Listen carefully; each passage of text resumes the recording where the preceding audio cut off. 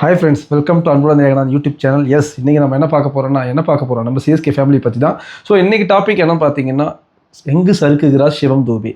இல்லை சிஎஸ்கே அவரை சரியாக யூஸ் பண்ணிக்கல, இல்லை அவரோட பொசிஷன் தப்பா, இல்லை அவர் சீக்கிரம் வரணுமா, இல்லை ஃபினிஷிங் ரோலில் அவர் தப்பாக உள்ளே இழுத்து விட்டாங்களா? ஸோ இந்த மாதிரி பல டாபிக் அவர் மேலே இருக்குது. அதையும் தாண்டி முக்கியமான டாபிக் என்னன்னு பார்த்தீங்கன்னா, சிவம் தூபே சரியாக ஃபீல்டிங் பண்ண மாட்டாரா அப்படின்னு சொல்லிட்டு நிறைய விமர்சனங்கள் ஒரு மாதிரி இருக்குது. ஸோ இது எல்லாமே பார்க்க போகிறோம். சிவம் தூபேவோட பாசிட்டிவ் என்ன, நெகட்டிவ் என்ன எல்லாமே பார்த்துட்டு, சிவம் தூபே சிஎஸ்கேக்கு தேவையா, இல்லை சிஎஸ்கேக்கு சிவம் தூபே தேவையா அப்படின்றது ஃபுல்லாகவே இந்த வீடியோவில் பார்க்கலாம். நம்ம சேனலை சப்ஸ்கிரைப் பண்ணிக்கங்க, வீடியோ ஃபுல்லாக பாருங்கள். சிவம் தூபே பற்றி எல்லாமே அனலைஸ் பண்ணலாம். ஸோ சிவம் தூபே பார்த்தீங்கன்னா ஸ்டார்டிங்கில் 2022 அவர் எடுக்கிறாங்க சிஎஸ்கேக்கு, ஒரு நல்ல அமௌண்ட்டுக்கு எடுக்கிறாங்க. அங்கேருந்தே அவர் சிஎஸ்கேக்கு நல்லா பண்ணுறாரு. அதுக்கு முன்னாடி ஆர்சிபிக்கு இருந்திருக்காரு, பட் அவர் ஆர்சிபி சரியாக யூஸ் பண்ணிக்கல. அந்த மாதிரி நிறைய இது இருக்குது. அதுக்கு முன்னாடி லோக்கல் டோர்னமெண்ட்டில் பார்த்தீங்கன்னா உங்களுக்கு தெரியும், 4-6 5-6 அடிப்பார். அவரோட ஆவரேஜ் நான் மொத்தமாக எடுத்து பார்த்தேன். லோக்கல் டோர்னமெண்ட் எல்லாமே பார்க்குறப்ப சீமர்ஸுமே போட்டு வெளுத்துருக்காரு. அவர் ஸ்பின்னர் மட்டுமே ஆடக்கூடிய எபிலிட்டி எடுத்ததே ஒரு தப்பான ஒரு இது தான். ஏன் அந்த பேர் அவருக்கு வந்துச்சு ஆறுச்சாமி, இந்த ஸ்பின்னரை புழக்கிறவர்னு எப்போ வந்துச்சுன்னா, சிஎஸ்கே 2025 அந்த சீசனில் பார்த்தீங்கன்னா ஸ்பின்னரெல்லாம் அடித்து வெளுத்துட்டார். ஸோ அங்கேருந்து அவருக்கு ஆறுச்சாமி இல்லை அந்த ஸ்பின்னர்னாவே கொஞ்சம் அடிக்கிறாள்னு சொல்லிட்டு ஒரு இதுவும் கொண்டு வந்துட்டாங்க. அதன் அடிப்படையில் அவர் உண்மையிலே இப்போவும் பார்த்தீங்கன்னா ஸ்பின்னர் நல்லா ஆடக்கூடியவர் தான். அப்போ எங்கு சறுக்குகிறா சிவம் தூபேன்னு ஒரு டாபிக் வரும்போது என்ன ஆகுதுன்னா, 2026 வரும்போது ஆப்வியஸ்லி வி நோ தட், நம்ம ஆல்ரெடி லாஸ்ட் வீடியோ சொல்லியிருந்தோம். அந்த வீடியோ போய் பார்க்காதவங்க பார்த்துக்குங்க. காம்பினேஷன்றதே ஒரு பெரிய பிரச்சனையாக சிஎஸ்கே இருந்துச்சு. ஸோ யார் ஓப்பனர், யார் ஒன்டவர். சில ஃபேன்ஸுக்கு ஓப்பனர் பிடிக்குது, சில ஃபேன்ஸுக்கு ஓப்பனர் பிடிக்கல. சில ஃபேன்ஸுக்கு ஒன்டவர் பிடிக்குது, சில ஃபேன்ஸுக்கு ஒன்டவர். அந்த ஆர்டரை சொல்கிறேன் நான். ஸோ இது நிறைய பேர் குழப்பம் வந்துச்சு. இந்த ஒரு இதுவில் தான் சிஎஸ்கேக்காக 2026 கிட்டத்தட்ட சொல்லாமல் சொல்லக்கூடிய ஒரு ஃபினிஷர் ரோலை சிவம் தூபே பண்ண ஆரம்பித்தார். ஸோ சிவம் தூபே என்ன பண்ணார்னா, அவரோட எபிலிட்டிக்கு என்ன பண்ண முடியும், கொஞ்சம் ஒரு 10 பால் பார்த்துட்டு அதுக்கடுத்து ஃபினிஷ் பண்ணலாம் மேட்ச் அப்படின்னு அவர் நினைக்கிறாரு. ஆனால் அன்ஃபார்ச்சுனேட்லி அவரால் அதை கொண்டு போக முடியல. ஏன்னு பார்த்தீங்கன்னா, சீமஸுக்கு கொஞ்சம் தடுமாறுற மாதிரி நமக்கு தெரிஞ்சிச்சு. ஸோ நாம் என்ன அவரோட எதிர்பார்ப்பு என்னவாக இருக்கலாம், நம்ம சீமஸை பார்த்துட்டு ஸ்பின்னரை வெளுக்கலாம் அப்படின்னு இருக்கலாம்.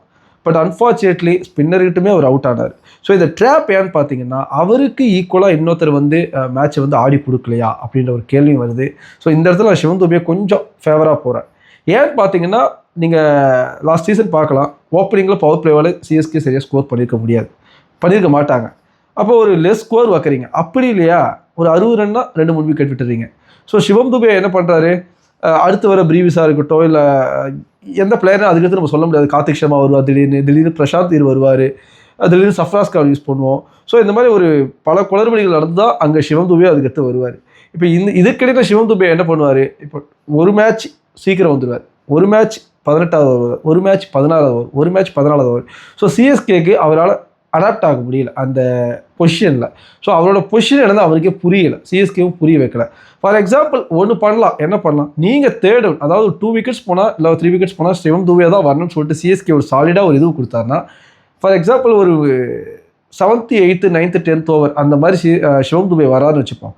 கண்டிப்பாக ஸ்பின்னர்ஸுக்கு கொடுக்க மாட்டாங்க ஆப்போனன்ட் அணி. அப்போ இவர் என்ன பண்ணலாம், முடிஞ்ச வரைக்கும் இருந்து அந்த சீமஸை ஆடிட்டு போயிடலாம். ஸோ ஏன் இதை சொல்கிறேன்னா, சப்போஸ் சிவம் தூபே குயிக்காக வரும்போது ஸ்பின்னரை கொடுக்கலன்னா, நம்ம டீமில் ஃபினிஷிங் ரோலில் வேறு யாராவது, ஃபார் எக்ஸாம்பிள் MS தோனி இருக்காருன்னு வச்சுப்போம், இல்லை ஃபியூச்சரில் ஒரு ஹர்திக் பாண்டியா மாதிரி ஒரு பிளேயர் வரான்னு வச்சுப்போம். அப்போ அவருக்கெல்லாம் நீங்கள் கடைசியில் ஸ்பின்னர் கொடுத்தா என்ன ஆகும், அடித்து வெளுத்துருவாங்க.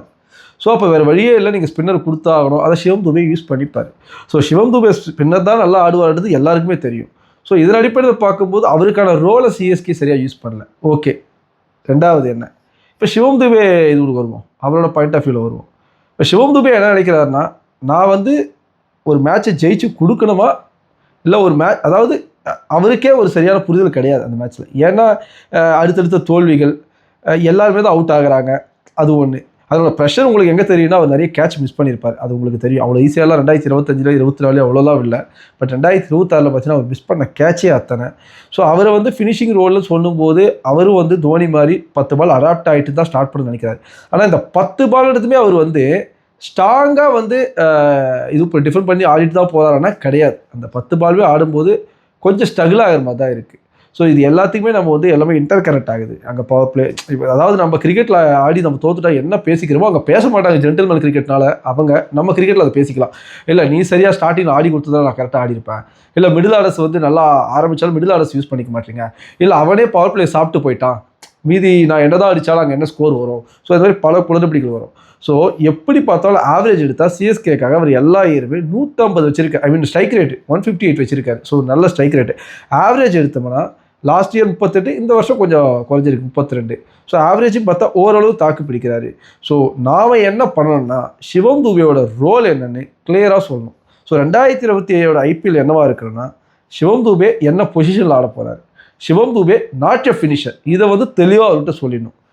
மூணாவது, அவருக்கான சுதந்திரத்தை ஃபஸ்ட்டு கொடுங்க. சிவம் துபே நீங்கள் போங்க, உங்கள் இஷ்டப்படி ஆடுங்க, அவ்வளோதான். இதுவே இந்த 2026 அது நடந்துச்சான்னா கிடையாது. ஏன்னா 2026 என்ன நடந்துச்சுன்னா அவருக்கான ரோல் ஃபினிஷிங் ரோல்னு சொன்னதுனால அவர் கொஞ்சம் ஸ்ட்ரக் ஆகிட்டார். ஏன்னா ஃபினிஷிங் எடுத்து எல்லாருமே பண்ண முடியாது. அதுவும் சேசிங்னு வரும்போது குறிப்பாக பண்ண முடியாது. அதுக்கான ப்ரெஷர் வேறு. ஃபஸ்ட் பேட்டிங்னாலும் ஓகே, இப்போ சேசிங்னு வரும்போது இது சரியாகாது.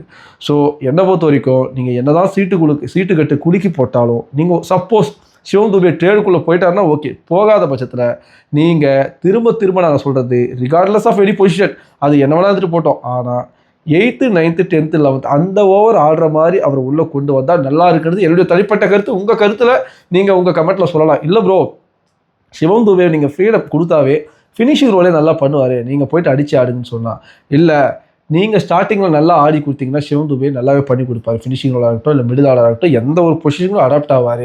ஸோ அதனால் நீங்கள் தேவையில்லாத விமர்சனங்கள் வந்து சிவம் துபே மேலே வைக்காதீங்க. ஆப்வியஸ்லி சிவம் துபேக்குன்னு ஒரு ஃபேன்ஸ் இருப்பாங்க. இங்கே எல்லாருமே சிஎஸ்கே ஃபேன்ஸ் தான். சில டைம் ஆடாத பட்சத்தில் வந்து அந்த குறைகளை சொல்லுவாங்க, அப்செட் ஆவாங்க. இப்போ நான் நிறைய தடவை ஸ்டேடியம் போகிறப்ப சிவம் துபே பக்கத்துலேயே கேட்ச் விடுவார், கொஞ்சம் அப்செட்டாக இருக்கும். ஆனால் சிவம் துபேக்கும் சிஎஸ்கேக்கான அந்த பாண்ட் எடுத்து ரொம்ப அதிகம். அதனால தான் லாஸ்ட் இயர் அவர் 3 மேட்ச் தோற்ற பிறகு எங்களை பிலீவ் பண்ணுங்கள், எங்களால் முடிஞ்ச வரைக்கும் பண்ணுவார். ஆப்வியஸாக நிறைய இன்ஜுரி கேன்சர் கிட்ட கூப்பிட்டு போனாங்க, தோத்துட்டோம், வெளியே வந்துட்டோம், வேற கதை. பட் சிவம் துபேக்கும் சிஎஸ்கேக்கான அந்த பாண்ட் எப்பவுமே அதிகமாக இருக்குது. நானே கூட சில டைம் சொல்லுவேன், சிவம் துபே என்ன பண்ணுறாரு, ஸ்லாட்டில் போட்டால் மட்டும் தான் 6 அடிக்கிறாரு, அவருக்கான ஆர்க்கில் இருக்கணும் அப்படின்னு சொல்லிட்டு நானே கூட பேசுவேன். பட் ஒரு நல்ல பேட்ஸ்மேன், ப்ரெஷர்னால அவரால் அதை ஹேண்டில் பண்ண முடியல. ஸோ இந்த வருஷம் சிஎஸ்கே பண்ண வேண்டியது என்னன்னா அவரோட பொசிஷன் கிளியராக சொல்லிடணும். இதுதான் நான் இது எல்லாருக்குமே சொல்ல போகிறேன். ஈவன் நீங்கள் இன்னொரு விஷயம் நான் தெளிவாக சொல்லிடுறேன். நீங்கள் மற்றவங்களுக்கான பொசிஷன் சொல்லும் போது இவரோட பொசிஷன் வந்து மாறும். ஃபார் எக்ஸாம்பிள், இப்போ நீங்கள் கார்த்திக் சர்மாவோட பொசிஷன் என்ன இருக்கும் பட்சத்தில், பிரசாந்த் இவரோட பொசிஷன் என்ன இருக்கும் பட்சத்தில், பிரீவிஸோட பொசிஷன் என்ன, இப்போது ஓப்பனர்ஸ் யார், ஒன் டவுன் யார், நீங்கள் லாஸ்ட் இயர் பார்த்தா தெரியும். ஒன் டவுன்ன்றதே ஒரு பெரிய குளறுபடியாகவே இருந்துச்சு நமக்கு. ஓப்பனிங் ஒரு விருப்பப்படாத ஓப்பனிங், இந்த மாதிரி பல விஷயங்கள் வந்து இது பண்ணதுனால தான் எனக்கு தெரிஞ்சு சிவம் துபே அங்கே அஃபெக்ட் ஆகிட்டு தோணுது. மற்றபடி ஒரு நல்ல பிளேயர், அடித்தா நல்லா அடிக்கிறாரு. ஸோ சிவம் துபேக்கு நான் பர்சனலாக நான் அட்வைஸ் பண்ணுற அளவுக்கு நான் பெரிய கிரிக்கெட்டர் கிடையாது. நான் சிவம் துபேக்கோ இல்லை சிஎஸ்கே ஃபேன்ஸ் பெருமளவு பேசக்கூடிய ஒரு இது என்னென்னா, அதை சிவம் துபேக்கு நான் என்ன சொல்லுவேன்னா, நீங்கள் 2-3 பால்லேயே உங்களோட ஹிட்டிங் எபிலிட்டி ஸ்டார்ட் பண்ணிடுங்க. நீங்கள் மோர் தென் 10 பால்ஸ் எடுக்கிறது தான் இங்கே பெரிய பிரச்சனையாக இருக்குது. வேணாம், ஒரு நான் ஒரு 7-8 பால் பார்ப்பேன், 10 பால் பார்ப்பேன்னா T20க்கு அதுக்கு இடம் கிடையாது. நீங்கள் வந்தீங்க 2 பால் பாருங்கள், உடனே போயிடுங்க. அடுத்தடுத்த வீடியோவில் ஒவ்வொரு பிளேயர்ஸை பற்றி நம்ம பேச போகிறோம். ஸோ இன்றைக்கி நம்ம ஆரம்பிச்சிருக்குது சிவம் துபே. ஸோ டியர் சிவம் துபே, உங்களை நாங்கள் விட்டு கொடுக்க போகிறதில்ல. இந்த வருஷம் நீங்கள் ஆட போகிறீங்க, உங்களுக்கு ஸ்ட்ராங்காக தெரியும். ஸோ வாங்க, உங்கள் பொசிஷன் இதான்னு சொல்லிட்டு தெரிஞ்சிச்சுன்னா நீங்கள் கலக்குங்க. Dear Shivam Dube fans or CSK fans கமெண்ட்டில் சொல்லுங்கள், எங்கு சறுக்குகிறார் சிவம் துபே அப்படின்னு சொல்லிட்டு. பை.